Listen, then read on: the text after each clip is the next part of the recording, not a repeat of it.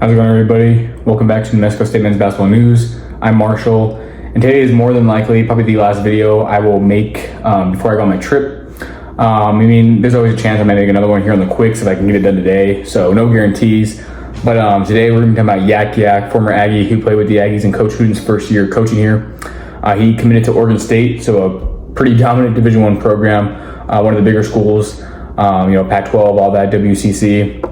Always a competitive team. Have had some really good years in the past. They had that big rivalry with Oregon. A lot of my family, they're split between Ducks and Beavers, and now they have a former Aggie playing for them. So that's pretty cool to say. He played at Colorado Mesa last season, Division II level. Played pretty well. I think he averaged like 11-6, and we'll get into more into that. Kind of his history leading up to playing in New Mexico State, and how he got into basketball in general, playing for the NBA Global Academy. He's got a pretty rich basketball history. So let's get into all that and dive into it. So the NBA Global Academy is located in Australia. Some really great coaches, some really great players to come out of there, and he really just developed his game, worked hard, played against just some great talent. Some players that he's better than, some players that are better than him. Produced a lot of great talent, a lot of guys wanting to go to the league. So it was cool when I heard that we're getting a guy from there. He didn't have the biggest impact with us. I think he only played in about 15 games. Didn't start in any from what I know. His best game, I think, was against the University of Southwest. Had a few points. Had 4 rebounds against Fresno State. So when he got in, he made his presence known. He played a lot more toward the beginning of the season. Then once conference started, obviously Coach Huden limited to only 8 or 9 players on a rotation, maybe even 10 sometimes. That's just how it works in college basketball, especially once it gets to conference time. You don't see every single guy in the team get on the court. I kind of wish that he would have stayed though, and I talked about this in past videos. I feel like he'd really be able to develop well under Coach Huden. I think he's really good at developing big men. That's why I'm really excited for Seer Malanga. Even though his college basketball career hasn't got to the greatest start, similar stats to Yaak when he played here. And Seer played at East Carolina. I think Coach Huden hopefully helped him develop. I was even watching that Fresno State game where Yaak probably played the most minutes. He had 4 rebounds. Can't remember if he scored or not. I think he had a few free throws. And the commentators were talking about how he could develop really well under Coach Huden. They believed in him, and so did I. I still believe in him. I think he's going to do great regardless. Just wish he would have stayed here. But, what can you do? A lot of guys leave. Even though he wasn't the biggest contributor to the Aggies his first year, I feel like with more years to come and more time in practice, definitely could have been that. And as you guys know, last year, it took a while for our centers to really develop and just play great toward the end of the year. So maybe Yaak, being a returning guy, could have, helped out a little bit, maybe even started a few games. I think he definitely would have. But can't blame him for wanting to go D2, have an opportunity, love the coaching staff, did a lot of great things. That's what it was saying in his bio. And just had a tremendous season. Obviously, out of the two, he played way better there than he did here at NMSU. And now playing at Oregon State, it's going to be hard. A lot of times you look at a guy like, hey, he barely played at the major level, played well at the D2 level, but how's that going to translate to a big school like Oregon State? But stranger things have happened, Players just, sometimes just play better in different programs. It just really depends. Kind of like how we have Seer Malanga. I don't want to compare the two, but they're both centers, so I find it easy to compare. Obviously, he didn't play well at East Carolina, but maybe he, New Mexico State's better suited for him. Or maybe he comes here, doesn't do great, transfers to another school, and plays better there. And Seer, despite not having the, most eye-opening stats, he still has offers from, a lot of big schools in his past, offer from Duke, Kentucky, I believe, some other big schools. Look at Tanoch Petway. Never had any big offers to this past season, playing at a small school, Prairie View A&M. Now has offers to play at Washington, Vanderbilt, all that. He averaged 3 points and 2 rebounds as a 17-year-old playing for the U19 FIBA championship. 3 points, 2 rebounds doesn't seem the most eye-opening, but he's playing against guys who are 19, 18 years old, usually older than him, and he's 17. So, playing against older competition is always going to help you develop.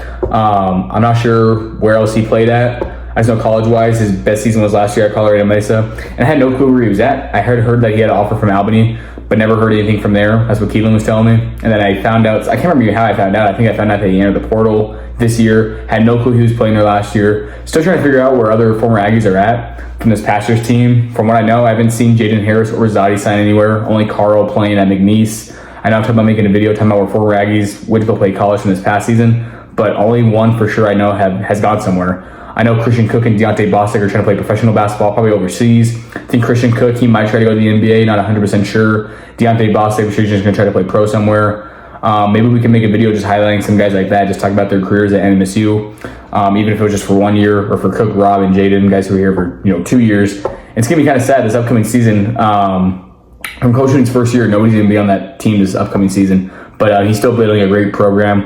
Really excited to see how it looks. As of now, I believe we have 10 guys. Just kind of go over that like I've done a few times. Obviously, we have Gabe Pickens, Jacoby Osborne coming back. Pretty sure Marvin Cox will be coming back. We have Anthony, who was on the sidelines last year, and Hope, he's really athletic, played for Coach Wooten before at St. Houston, played overseas a little bit, has a lot of great experience. Omar Smith, tremendous athlete, really great high school player. Augustine Ekwe, he'll be here. I always get the name mixed up, but he's a post, dominant post, can do a lot of great things for us. Same with Sierra Malanga, has some good college experience playing. We got Elijah Elliott, Jamel Jones, Julius Mims. I mean, the list goes on. We got a lot of great guys. Really excited. Have 10 players. And Coach Hu needs to sign a few more to meet that 13, unless the rules have changed. And again, I'm sure he'll sign more this month, so be on the lookout for that. I always see that we're offering certain guys. I think we offered a dude from high school, so I might make a video on that whenever I get the chance, whether it's today or later on. Because I know I said I might make another one if I have a chance today, and that would be the video. But again, not sure if I'll be able to get to it or not. We'll see.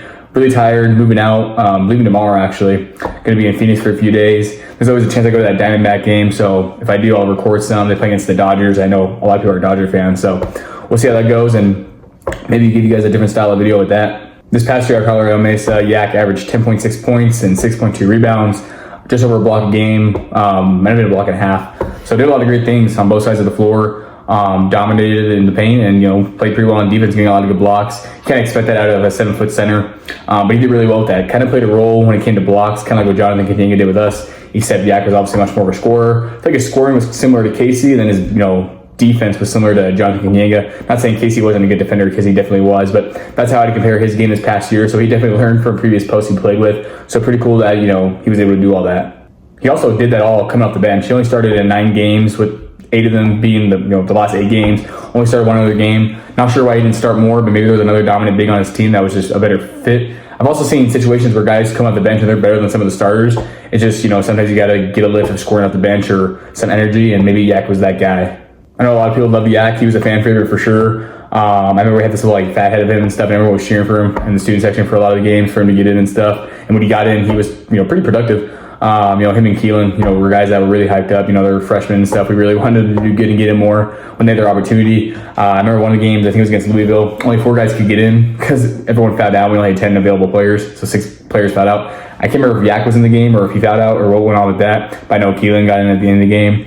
And then I even posted about it on my Twitter, how Yak committed to Oregon State, and somebody commented how he gave him her headband. So that was pretty cool. And then he's always around campus, and everyone is always loving to talk to him. He was always at Taos. I remember freshman year, my freshman year, Shahar Lazar, you guys know, was part of that hazing team. He was always at Taos too. So I always called those guys, because they're both from out of the country, I was like, they must have not had American food a lot, because they were always there, and Taos is not the greatest food in the world. Maybe they thought it was good because they haven't had American food, but trust me, I'm sure the food they had back home was a lot better. Colorado Mesa is actually in the same conference as New Mexico Highlands, so Yak got to go against some New Mexico teams, played in New Mexico because they played both home and away. So he made his return to New Mexico, played well and stuff. Also played against, I think it was Western, and then I think it was Northern too. Northern New Mexico, Western New Mexico. So pretty funny how he's playing against all these New Mexico teams. I mean, it makes sense because Colorado's not too far. It's really right there. So it definitely makes sense that they'd be in the same conference or play some teams for New Mexico. Obviously, it wasn't too far. Now he's going out to Oregon. Obviously, I haven't mentioned this, but I've mentioned it before. I'm obviously from Portland, Oregon. So it's pretty cool that he'll be, I guess I mentioned my family being Oregon and all that, but, it'll be cool that he's playing in my home state, and hopefully he can play well for them. I'm not a big, everyone always talks about the rivalry between the Ducks and the Beavers. I could care less about that. I care about the Aggies, rival with Lobos or with UTEP. Speaking of, I was actually on UTEP's campus yesterday, and MSU's is definitely way better. The only reason I was there is because my friend, he goes to school there, and I don't see him too often, and I was in El Paso, so I was like, might as well just go pay him a visit. I've always driven by the campus, but never been on the actual campus. And it's such a weird area, literally right across from Mexico, and it's just right near all these houses.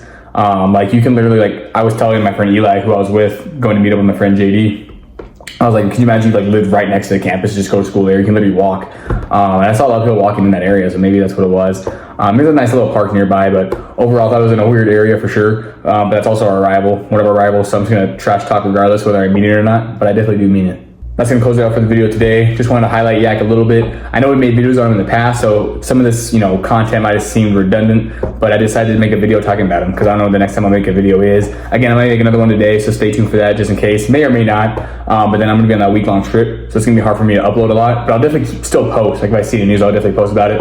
And maybe what I'll do is I'll just make a super long video updating you guys with everything that goes on in the week that I'm gone. Because I guarantee you a lot's going to happen. Of course, when I can't upload, there's going to be a bunch that goes on. We're going to sign 300 or 400 players or something. Get some new coaches. Former Aggies are going to go play somewhere. But let's just see how it all goes. I'll definitely still post on my YouTube or my YouTube community posts, Twitter, Instagram, all that, and I'll just make a video talking about all of it. Hopefully when it's all done, when I'm back, and I'll be back home making videos. This will be one of the last videos you see in this background. I really hope you guys enjoyed it, learn more about Yak and his kind of past. So I don't think we talked about him in the NBA Global Academy a whole lot. Talked about his time here, obviously, and Colorado Mesa, having a big opportunity there. But hopefully there's a lot of great things in his future. Really excited to see what he does and what he goes for. Not sure what his plans are for after college, but that won't be for another few years. Maybe we'll try to play professional somewhere, not sure. And obviously we'll make more videos updating on you guys and him for sure. And see you guys next time.